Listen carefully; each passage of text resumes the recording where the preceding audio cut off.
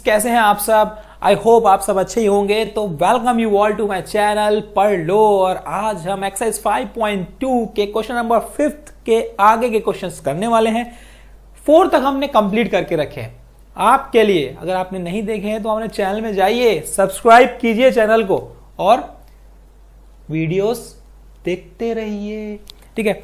तो बहुत सारी चीजें हम डालते रह रहे हैं कंटिन्यू, तो बस आपको सपोर्ट करना है इस चैनल को और सब्सक्राइब करना है।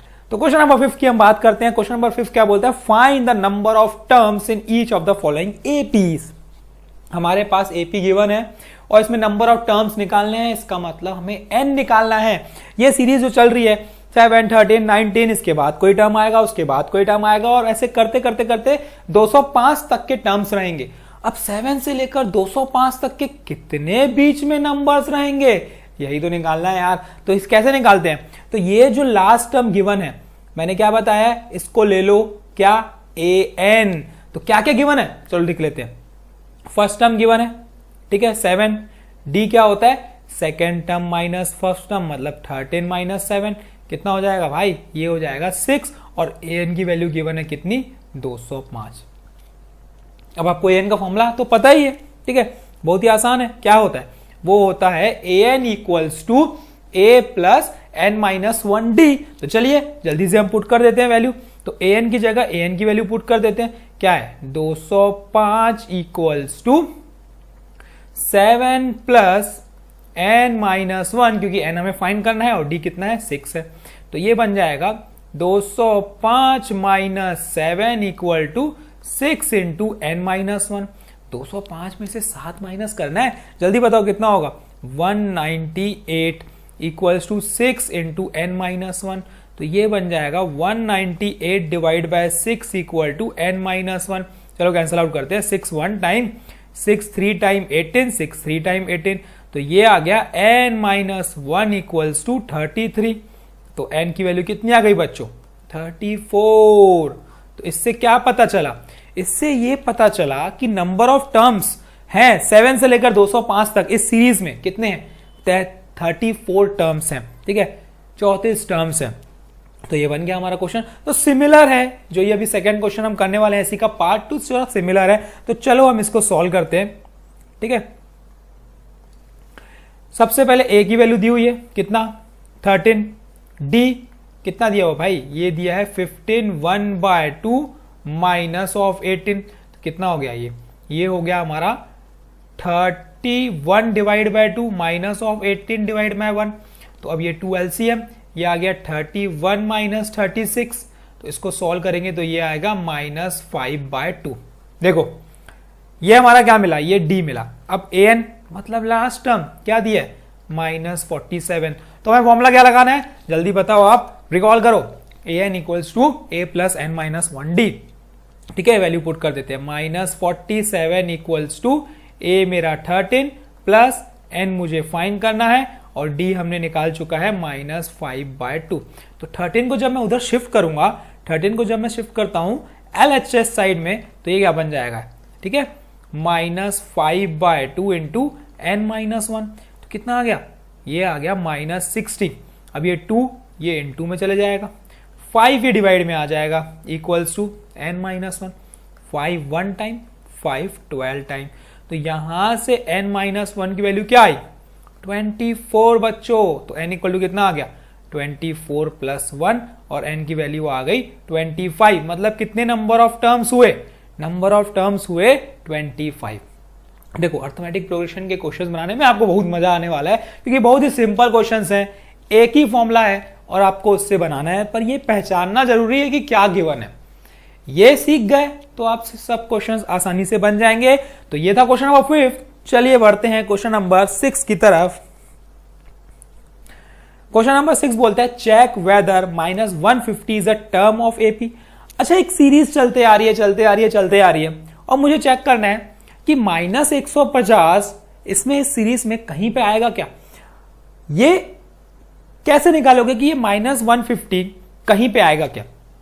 सीरीज में लाई तब करेगा जब उसके कुछ ना कुछ नंबर ऑफ टर्म्स पॉसिबल रहेंगे, मतलब n पॉसिबल रहेगा। और n हम कैसे निकालते हैं, एन हम निकालते हैं एन के फॉर्मूले से, क्योंकि हमारे पास एन गिवन रहता है और एन हमारा क्या मानते हैं, लास्ट टर्म। इसका मतलब हम ये मानेंगे कि जो -150 है ये लास्ट टर्म है बच्चों, तभी तो हम पता करेंगे ना कि वो कौन से नंबर पे है। तो ये तो चेक करना है हमें नंबर पे है कि नहीं है, ठीक है। तो अब इसको सॉल्व करते हैं हम लोग।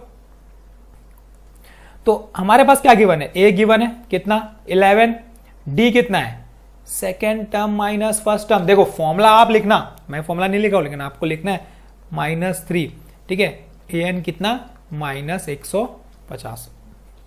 फॉर्मूला लगा देते हैं, ए एन का formula A N equals to A plus N minus 1d, ठीक। ए एन की जगह पुट कर देते हैं ए एन की वैल्यू, ए मेरा क्या है 11 प्लस एन फाइंड करना है और डी मेरा है -3, ठीक। तो ये आ गया -150 minus 11 equals to -3 into N minus 1। तो ये आ गया मेरा कितना -161 equals to -3 into N minus 1। तो ये अगर सॉल्व करोगे तो -161 divide by -3 equals to N minus 1। तो यहां से ये कैंसल आउट हुआ और ये 3 कैंसल आउट क्या बनेगा 3, 5 टाइम्स 15, 1 इसके पास कैरी, तो 339.3। तो ये बन गया मेरा n माइनस 1 इक्वल टू 53.3। अब यहां पे अगर आप नोटिस करोगे ना तो n क्या आ गया, n पॉइंट में आ गया, n मतलब डेसिमल में आ गया। तो n नंबर ऑफ टर्म्स कभी भी डेसिमल में हो ही नहीं सकते, आप कभी भी गिन सकते हो क्या 1 2 3 4 5 6 नंबर ऑफ टर्म्स तो ऐसे गिनते हो ना। नंबर ऑफ टर्म्स कभी 1.5 2.5 कर सकते हो क्या, नहीं होगा ना भाई। पहला टर्म हो गया, दूसरा टर्म हो गया, तीसरा टर्म होगा। ये 1.5 टर्म क्या होता है, ये 2.5 टर्म क्या होता है क्या, नहीं होता है। तो अब इससे ये पता चला नंबर ऑफ टर्म्स अगर पॉइंट में आ गया तो इसका मतलब -150 उसमें एग्जिस्ट ही नहीं करता है, ये तो कॉन्सेप्ट है। तो इससे ये पता चला आपको लाइन लिखनी है n इज इन फ्रैक्शन और n is in decimal point, therefore n cannot be in decimal point, therefore -150 does not exist in this series। बस वो इसका टर्म नहीं है, बस ये आपको एक स्टेटमेंट लिखना है और आपका ये सॉल्यूशन हो गया तैयार। तो अब हम बढ़ते हैं इसी के नेक्स्ट क्वेश्चन की तरफ, क्वेश्चन नंबर 7। अच्छा ये कुछ अच्छा क्वेश्चन है, इसको हमें समझना पड़ेगा, ठीक है। इंटरेस्टिंग क्वेश्चन है।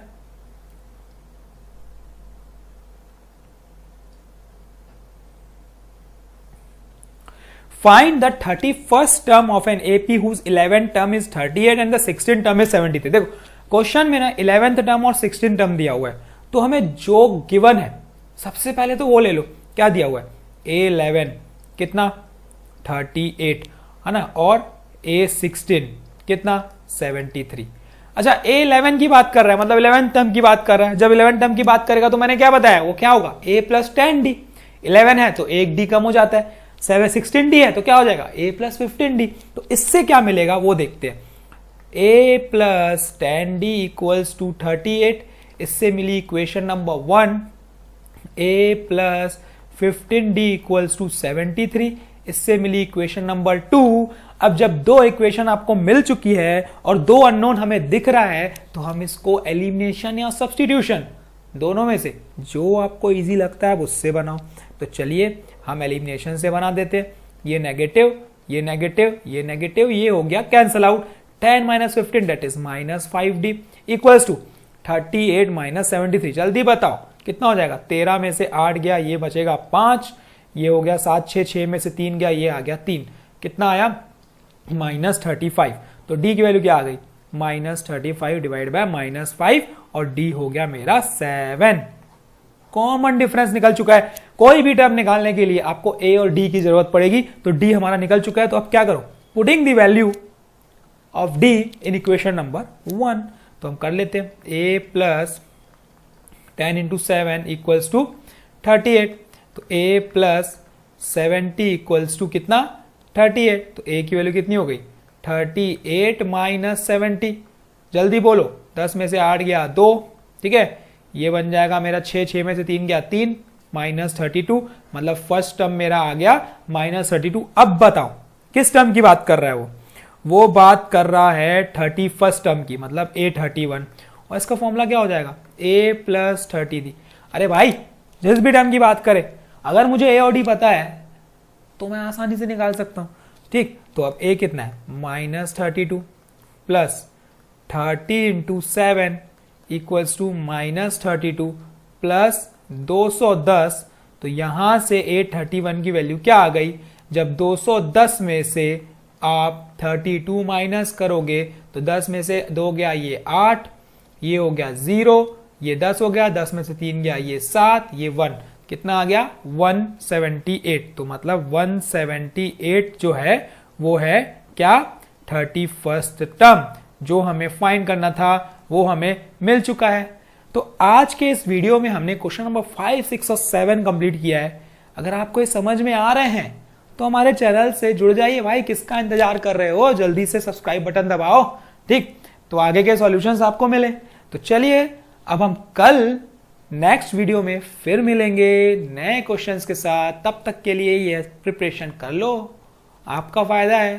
ठीक है, thank you, all the best and keep practicing.